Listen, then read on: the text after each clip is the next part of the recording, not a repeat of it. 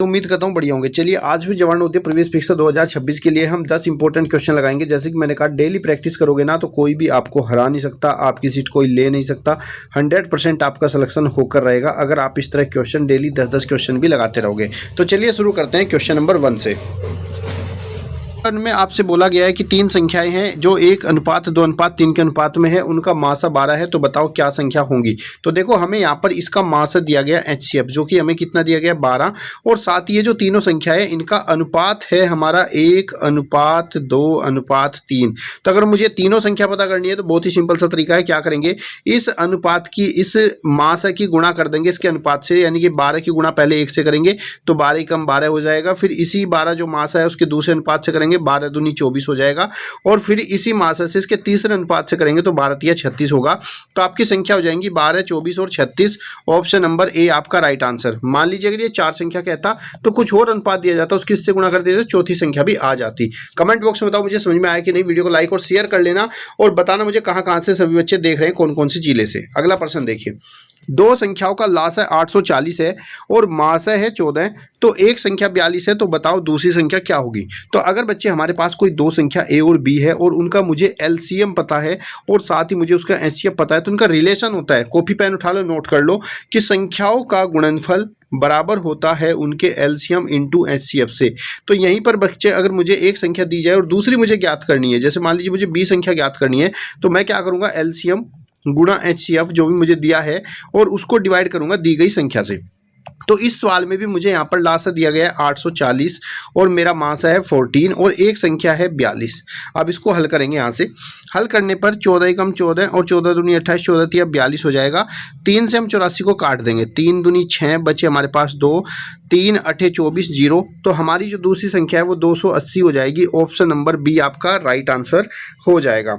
अगला प्रश्न है, यदि किसी संख्या का 16% जब 21 से जोड़ा जाता है तो वो संख्या स्वयं ही प्राप्त होती है, तो बताओ संख्या क्या होगी। तो आप कैसे करोगे इसको, आप लोगे मानोगे, माना हमारी जो संख्या है वो संख्या x है, पर प्रश्न के अनुसार बोला है कि ये संख्या x जो है वो किसके बराबर है, जब x का 16%, इस संख्या का 16% में 21 जोड़ दिया जाता है तो ये संख्या अपने आप में मिल जाती है। अब इसको हल करेंगे तो x बराबर x का 16% कैसे निकालेंगे, x गुणा 16 डिवाइड बाय 100 और प्लस 21। अब यहाँ से हम इसको कट कर सकते हैं, छोटा कर लेंगे कट करके, तो ये हमारा हो जाएगा 4 चौक 16 और 25 चौका 100, तो x और ये 4/25x जो है इधर आके माइनस हो जाएगा, ये हो जाएगा 4x/25 बराबर में 21। यहाँ से हम इसको हल करेंगे, इसके नीचे 1 लगाएंगे, एलसीएम लेंगे, तिरछी गुणा करके 25 की गुणा x से करेंगे तो ये आपका 25x हो जाएगा। यहाँ पर 1 की गुणा 4 से करेंगे तो माइनस के 4x डिवाइड बाई 25 बराबर में आपका 21 हो जाएगा। अब इसको हल करेंगे, 25 - 4 बराबर 21x/25 बराबर आपका 21 हो जाएगा। इसको हल करेंगे, x बराबर देखो x के जो बटे में होता है वो गुणा में ऊपर जाता है, तो आपका 21 गुणा 25 डिवाइड बाय, और जो x के साथ ऊपर होता है वो इधर बराबर से इधर क्रॉस में नीचे आ जाता है, 21 से 21 कट जाएगा, x बराबर आपका हो जाएगा 25। तो वो संख्या हमारी 25 होगी। ऑप्शन नंबर बी आपका राइट आंसर हो जाएगा। अगला प्रश्न है, एक समकोण का 2/3 भाग कितना होता है। देखो सबसे पहले जान लो बच्चों समकोण क्या होता है। जब हमारे किसी भी कोण का मान पूरा 90 डिग्री होता है तो इसको हम समकोण कहते हैं। पूछा गया है समकोण का 2/3, इसका मतलब है 90 डिग्री का 2/3, यानी कि 90 डिग्री गुणा 2/3। हल करेंगे, 3 से 90 कटेगा 30 बार, 3 के 9 आ गया 30 हो गया, 30 × 2 30 दूनी 60, तो एक समकोण का 2/3 भाग 60 डिग्री होता है। ऑप्शन नंबर सी आपका राइट आंसर। इस प्रश्न को पेपर में बदल कर भी दे सकता है। यहाँ पर जैसे समकोण दिया तो 90 डिग्री हो सकता है वो आपको पेपर में समकोण की जगह यहाँ पर सरल कोण दे दे। अगर वो आपको सरल कोण देता है तो ध्यान रखना सरल कोण आपका 180 डिग्री का होता है, तो 180 में गुणा करेंगे। अगर वो आपको यहाँ पर दे दे संपूर्ण कोण, क्या दे दे, संपूर्ण कोण, कंप्लीट कोण, तो आपका 360 डिग्री होता है। इस तरह की वो चीज़ें दे सकता है, तो आपको ध्यान रखना है समकोण है तो 90 डिग्री, सरल कोण है तो 180 डिग्री और संपूर्ण कोण है तो आपको 360 यूज करना है। उसके बाद आपका अगला प्रश्न है यहाँ पर, ए तथा बी की आयु में 6 और 5 के अनुपात में है। यदि उनकी आयु का योग 44 वर्ष है तो 8 वर्ष के बाद उनकी आयु का अनुपात क्या होगा। तो यहाँ पर हमें ए अनुपात बी और ए और बी की जो आयु का अनुपात है वो 6:5 दिया है। तो आप मानकर चलोगे कि माना जो हमारा ए है इसकी आयु, ए का अनुपात कितना है 6 है, तो इसकी आयु को आप 6x वर्ष मान लोगे। साथ ही हमें बी की आयु बताई गई है, बी की आयु का अनुपात है 5, तो बी की आयु को मान लोगे आप 5x वर्ष। अब प्रश्न के अनुसार इन दोनों की आयु का योग कितना है 44 वर्ष। तो यानी कि मैं ए की आयु जो 6x है इसको और बी की आयु 5x इसको जोड़ूंगा तो ये 44 के बराबर होना चाहिए। 6 5 आपका 11x हो जाएगा, 11x बराबर आपका आ जाएगा यहाँ पर 44। अब इसको हम x का मान निकाल लेंगे। x बराबर ये जो 44 जो भी x के साथ में होता है, मैं बार बार आपको बताता हूँ, इसके साथ जो भी गुणा में होता है वो बराबर से इधर बटे में जाता है भाग में। तो 11 से 44 को काट देंगे 4 हो जाएगा। अब हम a और b की आयु निकाल लेंगे। a की आयु हमारी क्या थी बच्चे 6x थी और x का मान हमारा 4 आया, तो a की आयु हो जाएगी 6 गुणा 4 6 चौक 24। अब हमसे b की आयु पूछा गया है, b की आयु है 5x, तो 5 गुणा 4 5 चौक कितना हो जाएगा हमारा 20। हमसे पूछा गया है 8 वर्ष के बाद उनकी आयु का अनुपात क्या होगा। अब हम चलते हैं 8 वर्ष के बाद, 8 वर्ष के बाद उनका अनुपात निकालना है। तो बच्चे अभी जो उम्र है वो ए की 24 वर्ष है, 8 वर्ष के बाद ए की उम्र हो जाएगी 24 + 8, 24 में 8 जोड़ देंगे। इसी प्रकार बी की आयु, जब ए की आयु 8 वर्ष बाद 8 बढ़ेंगे तो बी की आयु में भी 8 वर्ष के बाद 20 + 8 28 हो जाएगा। अब इसको जोड़ेंगे 24 और 8 आपका 32/28 हो जाएगा। हमें बताना है अनुपात, तो इसको हल कर देंगे 4 8 32 4 7 28, तो इसका अनुपात हो जाएगा 8/7 यानी कि 8:7 हो जाएगा ए बी की उम्र का 8 वर्ष के बाद। ऑप्शन नंबर डी आपका राइट आंसर। कमेंट बॉक्स में बताओ मुझे समझ में आया कि नहीं। वीडियो को लाइक और शेयर कर लेना, ऐसे सवाल पेपर में आएंगे। अगला प्रश्न है साधारण ब्याज की दर से। प्रश्न में दिया गया साधारण ब्याज की कितने प्रतिशत वार्षिक दर से दर हमें बतानी है।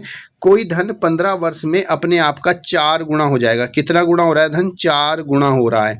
तो अगर मुझे दर निकालनी है तो मुझे क्या करना है, जो भी धन मेरा जितना गुना हो रहा है, अगर यहाँ पे 4 गुना हो तो 4 से 1 कम करेंगे, 4 - 1 गुणा 100 और बटे में जो भी हमारा समय है उसको डिवाइड कर देंगे। तो 4 में से कितना हो गया 3 गुणा 100 डिवाइड बाय 15।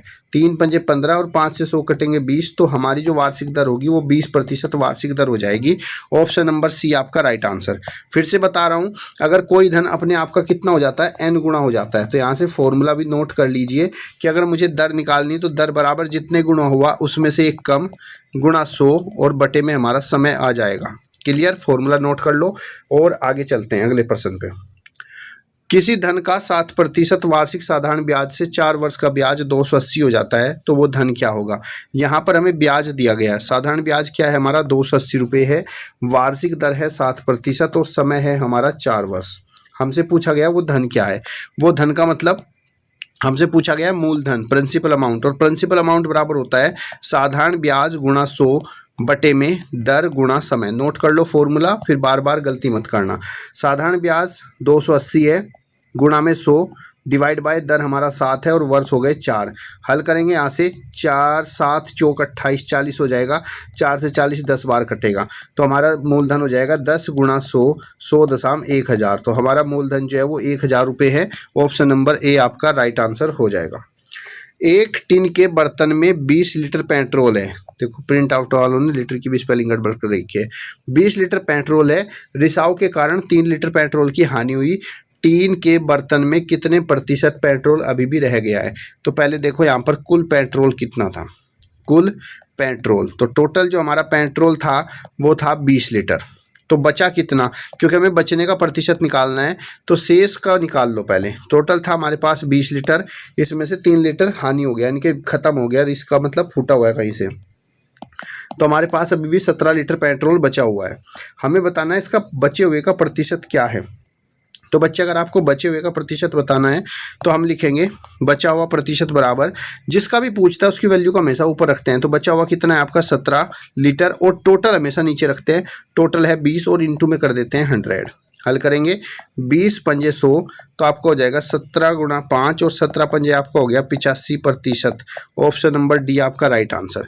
तो आपको यहाँ से क्या सीखने को मिला, जिसकी भी प्रतिशत वैल्यू पूछी जाती है उसको हमेशा ऊपर रखते हैं और नीचे हमेशा टोटल। मान लीजिए आपसे पूछता कि कितने प्रतिशत पेट्रोल की हानि हुई या कितना पेट्रोल रिस गया कितने प्रतिशत, तो ऐसी कंडीशन में जितना खराब हुआ था हानि हुई थी उसको ऊपर रखते हैं और टोटल को नीचे। लेकिन यहाँ पर पूछा गया था कितने प्रतिशत बचा रह गया, तो हमने बचा हुआ जो रह गया वो 17 है, तो 17 को ऊपर रखेंगे और टोटल को नीचे। अगला प्रश्न है लास्ट, ये हमारा आरेख का प्रश्न है। एक प्रश्न आरेख का पेपर में आपका जरूर आएगा। किसी वर्त के आरेख में एक फैक्ट्री को बनाने का जो खर्च हुआ है, ये इस फैक्ट्री को बनाने का खर्च हुआ है 16 लाख रुपए। मजदूरी में कितना पैसा खर्च हुआ आपको ये बताना है मजदूरी में। तो देखो टोटल जो हमारा कंप्लीट कोण होता है वो 360 डिग्री का होता है और ये जो 90% है वो 360 का एक हिस्सा है। तो अगर मुझे मजदूरी का निकालना है कि मजदूरी में कितना खर्च हुआ, तो मजदूरी का जो भी आपको कोण दिया होगा, जैसे यहाँ 90 डिग्री दिया है, इस 90 को हम 360 से भाग करेंगे और गुणा करेंगे टोटल खर्च। इस टोटल को बनने में कितना खर्च लगा, टोटल बनने में खर्च लगा था हमारा 16 लाख रुपए। इसको हल करेंगे, 0 से 0 कटेगा, 9 चौक आपका 36, 4 से 16 4 बार कटेगा। तो मजदूरी में जो खर्च बना इस फैक्ट्री को बनाने में वो 4 लाख रुपए बना। ऑप्शन नंबर आपका सी राइट आंसर हो जाएगा। मान लीजिए आपसे पूछता है कि बताओ भाई ईंट को बनाने में कितना खर्च बना, तो ईंट के लिए क्या करते हैं आप, ईंट का प्रतिशत कोण है आपका 60, इसको 360 से भाग करते और गुणा में टोटल जितने भी आपको धन दिया था उसकी मल्टीप्लाई हम लोग यहाँ पर कर देते, हमारा उत्तर आ जाता। कमेंट बॉक्स में बताओ आज की क्लास कैसी लगी, वीडियो को लाइक और शेयर कर लेना। हर दिन मॉर्निंग में आपको एक क्लास डेली मिलेगी जो आपके प्रैक्टिस कराने में सहायक होगी। पेपर बहुत ही जल्दी है, वीडियो को लाइक और शेयर और ये बताना ना भूले कौन कहाँ से देख रहा है। धन्यवाद, जय हिंद।